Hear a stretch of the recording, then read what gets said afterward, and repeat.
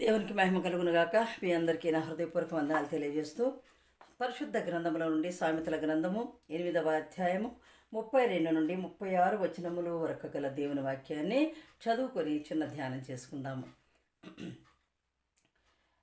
కావున పిల్లలారా, నా మాట ఆలకించుడి, నా మార్గములను అనుసరించు వారు ధన్యుడు. కావున పిల్లలారా, నా మాట ఆలకించుడి, నా మార్గములను అనుసరించు వారు ధన్యులు. ఉపదేశమును నిరాకరింపక దానిని అవలంబించి జ్ఞానులయుండి. హల్లెలూయా. అనుదినము నా గడప యొద్ద కనిపెట్టుకొని నా ద్వార బంధకముల యొద్ద కాచుకొని నా ఉపదేశము వినువారు ధన్యులు. నన్ను కనుగొనువాడు జీవమును కనుగొనును, యెహోవా కటాక్షము వానికి కలుగును. నన్ను కనుగొనని వాడు తనకే హాని చేసుకొనును. నా యందు అసహ్యపడు వారందరూ మరణమును స్నేహించుదురు. హల్లెలూయా. దేవునికి స్తోత్రం కలుగును గాక. ఎంత గొప్ప మాటలండి పరిశుద్ధ గ్రంథంలో ఉన్నవి చూసారా. నా పిల్లలారా అంటే మనందరం ఆయన పిల్లలమే కాబట్టి, నా పిల్లలారా, నా మాట ఆలకించండి, నా మార్గములను అనుసరించు వారే ధన్యులు. నా మార్గమును అనుసరించిన వారు నా వారు కారు అంటాడు దేవుడు ఒక దగ్గర. అలాగే ఉపదేశమును నిరాకరింపక దానిని అనుసరించి జ్ఞానులై ఉండండి అంటాడు. ఉపదేశము, ఈ బైబిల్ గ్రంథంలో చెప్పబడుతున్నటువంటి ఉపదేశాలు, ఈ యొక్క ప్రసంగాలు, ఈ మాటలను ఎవరూ కూడా నిరాకరింపవద్దు అంటాడు. ఒకవేళ దాన్ని నిరాకరింపక దాన్ని అవలంబించి జ్ఞానులై ఉండండి.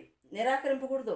దేవుని మాటను ఆలకించాలి, దాన్ని అవలంబించాలి, ఆ మాట ప్రకారం నడుచుకోవాలి, ఆ ఉపదేశముల ప్రకారం మన జీవితాన్ని మలచుకోవాలి. వారు జ్ఞానులై ఉండు అంటున్నాడు. చూసావా. ఆ ఉపదేశం నిరాకరింపక దానిని అవలంబించి జ్ఞానులుగా తిరగండి, జ్ఞానం గలవారిగా జ్ఞానం పెంచుకోండి అని చెబుతున్నాడు దేవుడు.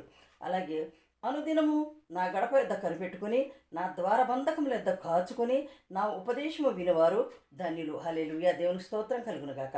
అనుదినము ఆయన గడప వద్ద మనం కనిపెట్టుకుని ఉండాలి. అంటే దేవాలయాలు చూడండి, మనం ఎక్కడ కూర్చుంటే అక్కడ దేవుని గడపే అది.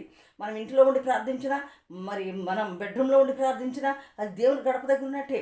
మనం బైబిల్ చదువుతూ ఉన్నా అది దేవుని గడప దగ్గర ఉన్నట్టే. ఆలయానికి వెళ్ళినా దేవుని గడప దగ్గర ఉన్నట్టు. దేవునికి స్తోత్రం కలుగును గాక. అనుదినము నా గడప యొద్ద కనిపెట్టుకుని నా ద్వారబంధముల యొద్ద కాచుకొని నా ఉపదేశం వినివారందరూ ధన్యులు. మళ్ళీ ఇంకో మాట అంటాడు, నా ద్వారబంధముల యొద్ద ఉండి నా ఉపదేశమును వినివారే ధన్యులు అంటాడు. హల్లెలూయా. ఉపదేశం ఎక్కడ చెప్పబడుతుందండి? దేవాలయంలో. పరిశుద్ధ వాక్యం ఎప్పుడు కూడా దేవాలయాల్లో వినపడుతూ ఉంటుంది, చెప్పబడుతూ ఉంటుంది. కాబట్టి దాన్ని ఆలకించండి. ఆ ఆలకించిన వాళ్ళు ధన్యులు అంటున్నాడు. నన్ను కనుగొనివాడు జీవమును కనుగొను. హల్లెలూయా. చూడండి, నన్ను కనుగొనివాడు జీవమును కనుగొంటాడు అంటున్నాడు. యెహోవా కటాక్షము వానికి కలుగుతుంది.